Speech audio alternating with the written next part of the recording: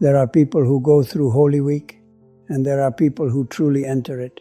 And the difference between one and the other can completely change how you live the most important days of your faith.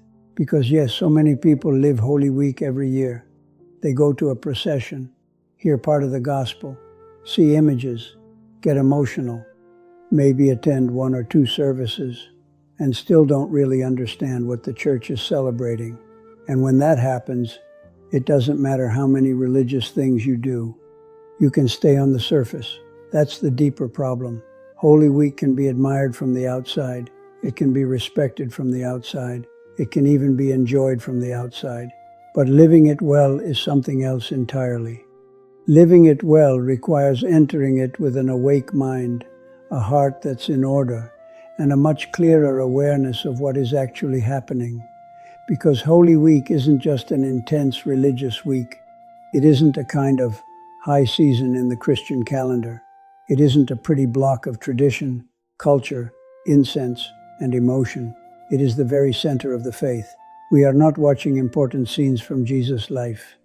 We are stepping into the moment for which he came into the world. And that changes everything. Look, if you remove what the church celebrates in Holy Week from Christianity, you don't get a smaller version of the faith. You don't get a simplified spirituality. You don't get a nice moral system. You get almost nothing. Because this is the core.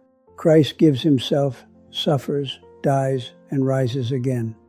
And if that isn't understood, everything else becomes blurred. So this video isn't about how to make the most of some religious days. It's about something much stronger. How to truly enter the heart of what the church celebrates so you don't stay outside looking in. Let's go to the center. Living Holy Week well means consciously entering the mystery of the passion, death, and resurrection of Christ, stopping seeing it as an external tradition and living it as the real center of your faith. It's not enough to attend. It's not enough to be moved. It's not enough to know these are holy days. You have to know what is happening, why it is happening, and how you need to place yourself before it. And here comes the most common mistake of all. Some people think living Holy Week well means feeling a lot, going to many events, not missing the main celebrations, and soaking in the atmosphere. And sure, those things can help. I'm not saying they can't. The problem is when that becomes a substitute for what's essential, because then the exterior grows, but nothing enters inside. You can be surrounded by sacred symbols and still be completely distracted. You can pass through all the holy days without grasping their thread. You can cry at a procession and still not understand the logic of the cross. You can admire Jesus deeply and still not enter what his self-gift means for you. And look, I'm not criticizing emotion. Emotion can accompany. What I'm saying is different. Emotion isn't enough. Holy Week isn't lived well just because it touches your heart. It's lived well when you understand what you're entering and when you let that truly reorder your interior life. That's why Holy Week isn't improvised. That's another widespread mistake. Many people want to live it well, but they arrive spiritually late. They arrive with confession still pending. They arrive with a scattered soul. They arrive carrying noise. They arrive without having made space. They arrive dragging weeks of distraction, sin, exhaustion, and automatic living. And then suddenly they want to enter the holiest days of the year, as if merely being present were enough. It isn't enough. Holy Week is lived much better when you don't enter suddenly and badly, positioned. And here is the practical part many people don't want to hear. If you can confess beforehand, do it. If you can lower the noise beforehand, do it. If you can order your schedule, your prayer, and your attention before the big days begin, do it. Because Holy Week doesn't become better by adding more external things. It becomes better when you arrive freer and more available. And that brings us to the first major day, Palm Sunday. Many people live it as the Day of Palms, the procession, the triumphant entry, and the beautiful atmosphere that opens Holy Week. And yes, those things are there. But if you stop there, you've already shrunk it too much. Because Palm Sunday isn't a decorative feast. It's a door. The door through which Christ enters Jerusalem publicly. and at the same time the door through which you must enter the entire logic of Holy Week. The crowd acclaims Jesus. They spread cloaks. They lift palms. They receive him as king. And what's striking is that the gesture is true. Jesus really is king. The problem is that the crowd still doesn't fully understand how that king is going to reign. They expect visible greatness. They expect a triumph measured in human categories. Jesus instead enters in humility and heads toward the cross. That's why Palm Sunday already contains enormous tension. Glory and passion appear together. Acclamation and suffering are already touching. Celebration and tragedy are not separated. The church doesn't let you settle into empty enthusiasm. She greets you with palms, yes, but she also puts the passion before you. It's as if she's telling you, don't stay with the pretty scene. Look where Christ is going. Look why he is entering. And that's where the whole week begins to change. Because if you understand Palm Sunday well, you stop seeing Holy Week as a chain of disconnected religious days. You begin to see a unity. Christ enters freely. Events don't drag him. Nothing blows up in his face unexpectedly. He enters toward his hour. He enters toward self-gift. He enters as king, yes, but as a humble king, and that already prepares what comes next. Now, many people jump from Palm Sunday to Holy Thursday as if nothing important exists in between.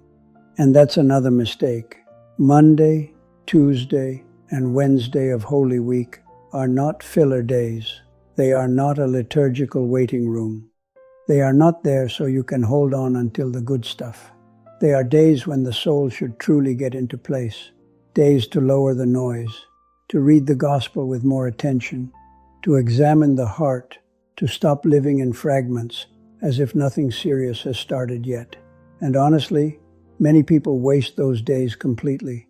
They want to live the Triduum intensely, but they arrive disordered.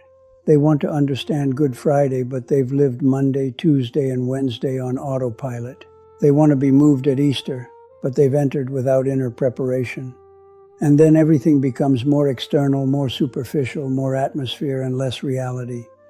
Those in-between days serve one very concrete purpose, so you don't arrive spiritually late. They're meant to quiet you a bit inside, to look at Christ more directly. To understand Holy Week isn't a sacred show you watch from the stands. It's a real entry into the center of your faith. And that requires preparation, intention, decision. And then we reach Holy Thursday, and here the density rises sharply. Because Holy Thursday is not just the memory of an important dinner. It's not merely the commemoration of an emotional last meeting between Jesus and his disciples. If you stop there, you fall short again. Holy Thursday is the sacred threshold of sacrifice. It's the moment Christ institutes the Eucharist, gives the church the ministerial priesthood, and freely enters the logic of his passion. That day isn't only looking backward, it's opening something. When Jesus takes bread and wine, when he gives his body and blood, he isn't doing a beautiful gesture so his disciples remember him fondly. He is sacramentally anticipating his self-offering. He is showing that his death will not be a brutal accident that overwhelms him, but an offering freely embraced. He is revealing that the cross can no longer be understood as mere human violence. It is also redemptive sacrifice. That is enormous. And here's one of the biggest keys for living Holy Week. Well, don't see the holy days as isolated snapshots, but as parts of one single mystery unfolding. Holy Thursday doesn't make sense without Friday. Friday doesn't make sense without Easter. And Easter doesn't make sense if you forget Christ truly gave himself. That's why the Mass of the Lord's Supper carries so much weight. There is the Eucharist not as an empty symbol, but as the real presence of the Lord who is given. There is the priesthood not as an honorary position, but as service to this mystery. There is also the washing of the feet not as a merely tender scene, but as the revelation of an authority that shows itself through service. And many people see it, but they don't connect it. They see the meal, but not the sacrifice. They see the humble gesture, but not the radical logic of love that stoops down. They see the ceremony, but not that Christ is already entering freely and consciously into total self-gift. That's why Holy Thursday is lived well when you don't just go to a very special Mass, but when you understand you are entering the beginning of the Paschal Triduum. You're no longer simply in a nice Holy Week day. You're at the threshold of the absolute center of the liturgical year. And then comes Good Friday. And here there is no way to live these days well if you stay only in sentimentality. Because yes, Good Friday moves you, it hits you, it hurts. But if everything ends at, how sad what happened to Jesus, you still haven't truly entered it. Good Friday isn't lived well if it only makes you sad. It's lived well when you understand your salvation is being played out there. That day the church does not celebrate Mass. That alone should make you stop. The tone changes completely. Everything becomes more stripped down, more austere, more grave. The Passion is proclaimed. The cross is adored. Christ's self-offering to the end is contemplated. But careful, this isn't empty pain. We are not looking at a useless tragedy. We are not merely seeing an innocent man destroyed. We are not only witnessing human cruelty, even though it is there in all its rawness. We are beholding the Lamb who takes away the sin of the world. We are beholding love carried to the extreme. We are beholding the Son's obedience. We are beholding the sacrifice that redeems. And here 2 ways of living Good Friday split apart. One is to watch it from the outside, be impressed, and leave with a generic religious sadness. The other is to truly enter and recognize, this reaches me. This isn't only an ancient story. Here the depth of Christ's love is being revealed and the price of redemption. You don't hear it the same. You don't contemplate it the same. You don't pray it the same. And then another very modern temptation appears, wanting to move too quickly from Good Friday to Easter. As if the cross were only a dark formality we have to get through as fast as possible in order to reach the relief of the ending. But the church doesn't work like that. She forces you to remain. She forces you to look. She forces you not to flee. And that brings us to Holy Saturday, a day that many people honestly don't know what to do with. Because Holy Saturday doesn't offer the visible drama of Friday or the luminous explosion of Easter. It is a day of silence. Christ has died. The body has been buried. The church keeps vigil, waits, doesn't rush, doesn't fill the void quickly, doesn't turn waiting into a meaningless intermission. And there is a powerful lesson there. Holy Saturday teaches something modern people struggle to tolerate. Waiting when you still don't see the light. Remaining when there's no spectacle. Holding hope without immediate relief. Staying in silence without turning it into distraction. That's why this day, lived well, has tremendous depth, because we often want a faith that jumps from the cross to the resurrection without passing through silence. We want instant solutions, quick consolations, immediate closure. And the church places you in a day where there is no visible resolution, only waiting, vigil, mystery, not yet fully opened before your eyes. That day is not empty. It's loaded. And then comes the Easter Vigil. And here, yes, everything bursts open, but not like any emotional relief, not like finally the sad part is over, not like a mere liturgical mood shift. It bursts open because Christ has risen. And if Christ has risen, death does not have the last word. Sin does not have the last word. And human history can no longer be read the same way. All of Holy Week pushes toward this. All of it. If you remove Easter, the cross is left suspended in sealed darkness.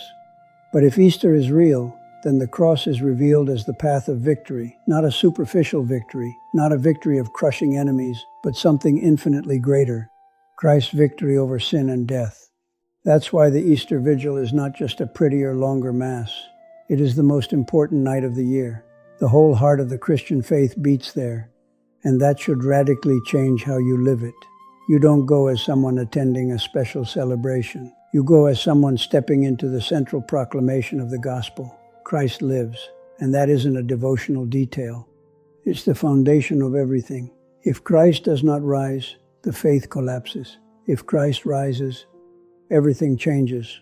That's why living Holy Week well doesn't mean being fascinated by isolated symbols. It means letting yourself be led by them to the center, from Palm Sunday to the Triduum, From the Triduum to Easter, from the external sign to the mystery, from habit to the heart of the gospel. Now, after understanding the thread of the week, we still need the most important part for you: how to live it well in practice. Because this video doesn't help much if it stays only as an explanation. So let's bring it down to earth. First, don't enter Holy Week without confession if you need it. Don't arrive dragging an unfinished reconciliation you could have done beforehand. Confession doesn't compete with Holy Week. It prepares you to live it better. Second, don't live these days only from your external schedule. Don't turn Holy Week into a race of events, timetables, travel, and activities. That can leave you exhausted and empty at the same time. Better fewer things with more interior presence than many things without truly entering any of them. Third, listen to the liturgy, truly listen. Not as religious background noise, not as something you already know, not as words that pass while your mind is elsewhere. The liturgy in these days is dense. If you pay attention, it teaches you. If you drift, Holy Week can pass right in front of you without entering you. Fourth, lower the noise. And today that's gold. You can't expect to enter the holiest days of the year while keeping the same level of distraction, phone scrolling, saturation, hurry, and non-stop stimulation you carry the rest of the time. Something has to come down so something else can rise. Fifth, don't stay only with what's visual. Images, processions, chants, symbols, these can help tremendously, but they're not enough. If what's visual doesn't push you toward deeper understanding and a humbler disposition, it can become a beauty that brushes the outside but doesn't transform the inside. Sixth, enter each day with a clear intention. Don't go to Holy Thursday to see how it is. Don't arrive at Good Friday because it's what you do. Don't attend the vigil because it's the most important and nothing more. Ask yourself before each celebration, what is the church celebrating today? What is Christ showing me here? And how should I place myself before this? Seventh, don't reduce everything to emotion. There will be moments when you feel a lot and others when you feel less. That's fine. Holy Week doesn't depend on you being emotionally high. It depends on you being truly available. Eighth, don't go through these days as if you're consuming intense religion for a week and then returning unchanged to normal life. That's a subtle trap. The goal isn't to live one strong week and close the parentheses. The goal is to enter the mystery of Christ so truly that something gets reordered inside you. And here comes the part that destroys Holy Week without many people realizing it. Hurry destroys it. Superficiality destroys. Postponed confession destroys it. Too much noise destroys it. Habit without understanding destroys it. Emotion without conversion destroys it. And the saddest way to destroy it is this: being present at everything, without truly entering anything. It happens more than you think. People who do many things but never stop. People who know the symbols but not the thread. People who admire Holy Week deeply, but don't let it touch their life. People who live huge external intensity while remaining untouched inside. That's why I need to tell you something clearly. You can go through Holy Week like someone watching something sacred from the outside, or you can enter it like someone who recognizes that here is the very center of the faith. The difference isn't how much you do, it's how you place yourself. And here's the line that reorganizes the entire video. Holy Week is not remembering a sacred story from far away. It's entering the mystery that defines your faith. If you hold on to that, you already have a powerful compass. Because then Palm Sunday stops being only a procession. Holy Thursday stops being only a special Mass. Good Friday stops being only a sad day. Holy Saturday stops being only a strange waiting period. And Easter stops being only a joyful celebration. Everything becomes one. Everything becomes denser. Everything leads you to the same center. Christ gives himself, dies, and rises again. And what's at stake there isn't just the structure of the liturgical calendar, but the entire meaning of Christianity. So don't go through Holy Week like someone watching something sacred from the outside. Enter it. Enter with intelligence. Enter with humility. Enter with attention. Enter with a soul a bit more ordered. Enter willing not to stay only with what's beautiful, cultural, or emotional, because these aren't just the most intense days of the Christian calendar. They are the days that reveal why Christ came, how he loved to the very end, and how he truly conquered. If you understand that, Holy Week no longer shrinks into tradition. It opens as mystery, and when it opens that way, you don't live it the same. Don't watch it from the outside. Enter it. Tell me in the comments which day of Holy Week hits you the most inside, and subscribe if you want to keep living these topics with more depth. See you in the next video.